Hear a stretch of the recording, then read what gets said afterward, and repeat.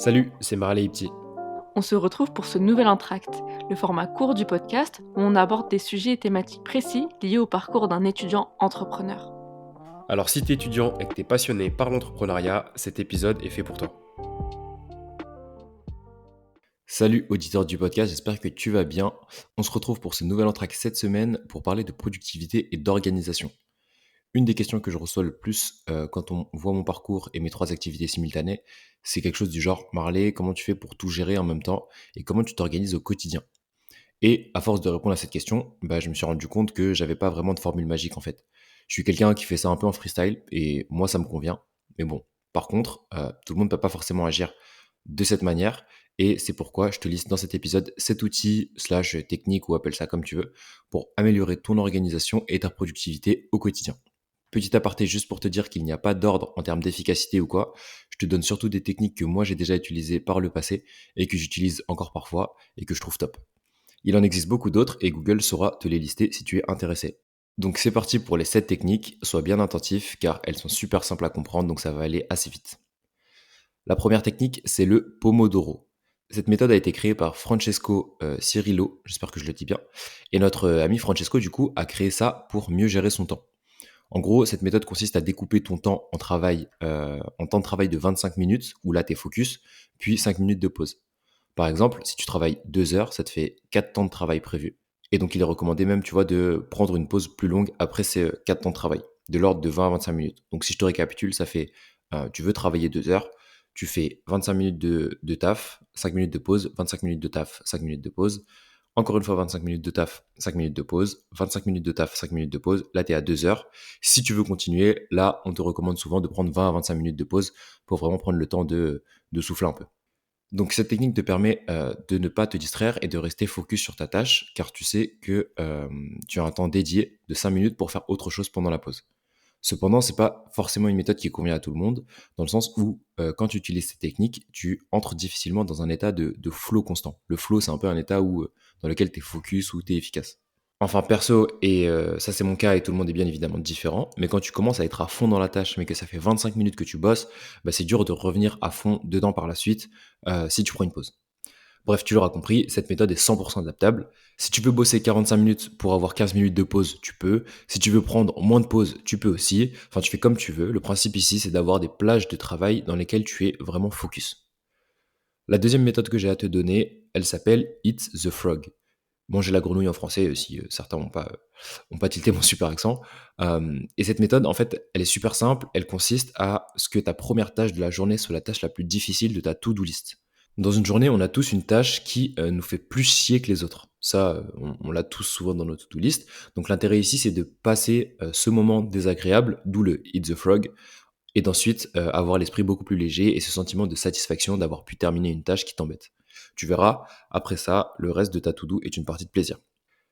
La troisième méthode, c'est la règle des 2 minutes. Là, j'ai pas besoin d'épiloguer longtemps. C'est très simple. Quand tu checkes ta to-do list, toutes les tâches qui te prennent maximum 2 minutes à faire, tu les fais immédiatement. Point. Tu les fais tout de suite car tu vas prendre plus de temps à les replacer et à les reprogrammer dans ta journée qu'à les faire tout de suite. Donc simple, efficace. La quatrième méthode, c'est la méthode des 20 minutes. Pour celle-là, gros SO, grosse dédicace à Ipsy, parce que c'est elle qui me l'a fait découvrir. Et pour être transparent avec toi, j'ai procrastiné sur cet entracte, sur l'épisode que tu es en train d'écouter actuellement. Mais j'ai appliqué la méthode des 20 minutes et j'ai fini par le scripter assez rapidement au final. Cette méthode est aussi simple que les précédentes. Souvent, on procrastine face à des tâches, on les remet souvent au lendemain, voire au surlendemain et au sur-surlendemain. Mais avec cette méthode, tu vas avancer quoi qu'il arrive. Constat simple, on a tous 20 minutes dans une journée où on fout rien. Vraiment, tout le monde a ses 20 minutes. Eh bien, la méthode des 20 minutes consiste à te dire que tu vas prendre ces 20 minutes, 20 minutes, pas plus, vraiment tu te limites à 20 minutes, et pendant ces 20 minutes, tu vas avancer sur une tâche. Tu vas te forcer à bosser pendant 20 courtes minutes. Une fois que ton alarme a sonné, tu as rempli ta part du deal et tu es libre d'arrêter de bosser sur ça.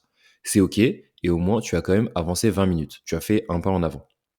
Et la magie avec cette technique, c'est que souvent, quand on commence une tâche qui prend plus de 20 minutes, on s'arrête pas à 20 minutes de travail, tu vois.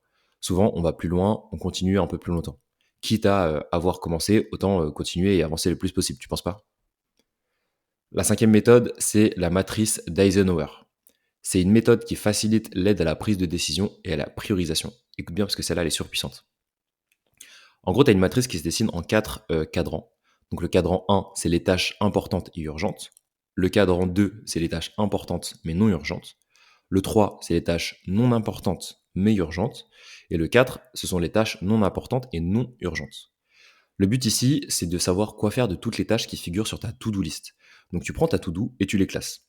Et ensuite, tu vois ce que tu fais avec chacune des tâches. Donc toutes les tâches dans le cadran important et urgent doivent être traitées en priorité numéro 1. Les tâches dans le cadran 2 que tu auras mis dans ton cadran 2, donc les tâches qui sont importantes mais non urgentes, sont à planifier rapidement pour savoir quand les faire. Dans le cadran 3, du coup on a les tâches non importantes mais urgentes, ça ce sont les tâches que tu dois déléguer. Et enfin dans le 4, les tâches non importantes et non urgentes, ça ici on retrouve les tâches que tu dois carrément abandonner. Avoir une visualisation claire du coup de ta to-do list est super pratique pour savoir ce que tu dois faire, ne pas faire ou faire plus tard. Donc voilà l'intérêt de la matrice d'Eisenhower. Elle te fait gagner du temps dans la prise de décision, mais te fait aussi avancer là où c'est important. Sixième méthode d'organisation slash productivité, utiliser un second cerveau. Donc un second cerveau, c'est quoi? C'est un outil qui va te permettre d'avoir une to-do list propre, d'avoir des notes, des idées, des pensées, des résumés, des choses qui te semblent importantes et que tu ne dois pas oublier. Et là, rien de plus simple. Voici une liste courte des meilleurs outils à utiliser pour ça. Perso, moi je recommande Notion, car c'est celui que j'utilise le plus. C'est celui que j'utilise même pour écrire cet entracte et qu'on utilise avec Ipti pour gérer tout le podcast que tu es en train d'écouter d'ailleurs. Donc voici la liste. En 1, on a Notion, pour tous ceux qui souhaitent personnaliser leur gestionnaire de tâches dans les moindres détails. C'est un des outils les plus personnalisables du marché. Tu peux même en faire bien plus qu'un simple outil de gestion de tâches. Moi, typiquement, tu vois, j'ai mon programme de muscu dessus, ou encore un listing de mes charges mensuelles qui sont classées en fait sur mon Notion. En 2, on a Trello. Trello, c'est une application qui te plaira si tu es plutôt de nature visuelle et que tu désires avoir une vue d'ensemble de tes tâches. En 3, on a Todoist, donc qui va satisfaire les minimalistes qui aiment aussi traquer leur performance parce que c'est possible. C'est une des meilleures applications quand il s'agit de créer des tâches rapidement Todoist. En 4, on a Evernote. Si tu veux une application solide pour organiser tes tâches et organiser tes projets au sein de dossiers, Evernote c'est carrément fait pour toi. L'application en plus elle est idéale pour sauvegarder des documents et mettre rapidement des contenus web en favori. En 5, on a Asana, mais en vrai Asana tu vois c'est plus l'outil que tu utilises quand tu es sur un projet collaboratif donc que tu bosses à plusieurs. Et le dernier, c'est Habitica. C'est un outil qui a gamifié en fait son interface, si tu veux. Il te permet de développer de nouvelles habitudes et donc de te motiver à accomplir tes tâches et projets grâce à un système de points et de récompenses, tu vois. Donc en gros, quand tu fais ça, tu obtiens des points, tu obtiens des récompenses, ce qui fait que tu es motivé à faire plus. Donc voilà pour ces 6 outils qui peuvent te servir de second cerveau. Et pour finir cet épisode, la dernière méthode que j'ai à te donner peut paraître assez triviale, mais je te promets qu'elle est très puissante. C'est tout simplement le fait de découper en sous-tâches. Bien sûr, tout n'est pas découpable. Par exemple, quand ta tâche c'est envoyer un mail, va pas t'amuser à écrire, dans ta to-do list, écrire l'objet du mail. Tu vois ce que je veux dire? En vrai, on s'en fout et ça va te prendre du temps. Mais typiquement, pour un entracte comme celui que je suis en train d'enregistrer là, par exemple, moi j'ai découpé ça dans ma to-do perso. Ma grosse tâche, c'est écrire en entracte. Et cette tâche-là, du coup, elle va se découper en sous-tâches qui sont trouver le sujet de l'entracte, scripter l'entracte, envoyer à Ipti pour vérification, trouver le titre et faire la description, monter l'épisode, faire les visuels et programmer l'épisode sur YouTube et encore qu'on utilise. Et honnêtement, cocher ces cases, une par une, à chaque fois qu'elles sont terminées, ça me procure une certaine satisfaction, un sentiment de satisfaction, tu vois, mais surtout le sentiment d'avancer sur cette tâche qui prend un certain temps quand même. Ça permet aussi de voir une grosse tâche comme quelque chose de beaucoup plus réalisable. Je te donne un autre exemple assez bête. Si tu as pour objectif de devenir millionnaire, ne commence pas par réfléchir à comment avoir le million. Dans un premier temps, va chercher les 1000 premiers euros, tu vois. Va chercher les 1000 premiers, puis les 10 000, puis les 100 000, et enfin vise le million.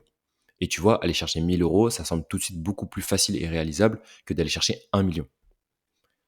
Donc voilà, écoute, on est sur la fin. J'espère que tu as apprécié l'épisode. Voici rapidement, du coup, les 7 techniques, je te les remets. On avait le Pomodoro, Eat the Frog, la règle des 2 minutes, la règle des 20 minutes. Encore une fois, dédicace à toi, Ipti, et merci pour cette technique incroyable. La matrice urgent-important, donc la matrice Eisenhower. Utiliser un second cerveau, et enfin découper des gros projets en sous-tâches. N'oublie pas que certaines de ces techniques sont adaptables à toi et à ta façon de procéder. Donc si tu veux savoir si certaines te vont plus que d'autres, tu vas devoir les tester. Il n'y a pas plus simple que ça. Je te dis à très vite pour un prochain épisode. J'espère que, encore une fois, que tu as apprécié. C'était Marley. Ciao. On espère que tu as passé un bon moment en notre compagnie. Si c'est le cas, n'hésite pas à parler du podcast autour de toi et à nous laisser une note sur ta plateforme d'écoute. On adore échanger avec nos auditeurs, donc si t'en as envie, t'as nos réseaux sociaux en description. et on te dit à très vite pour un prochain épisode.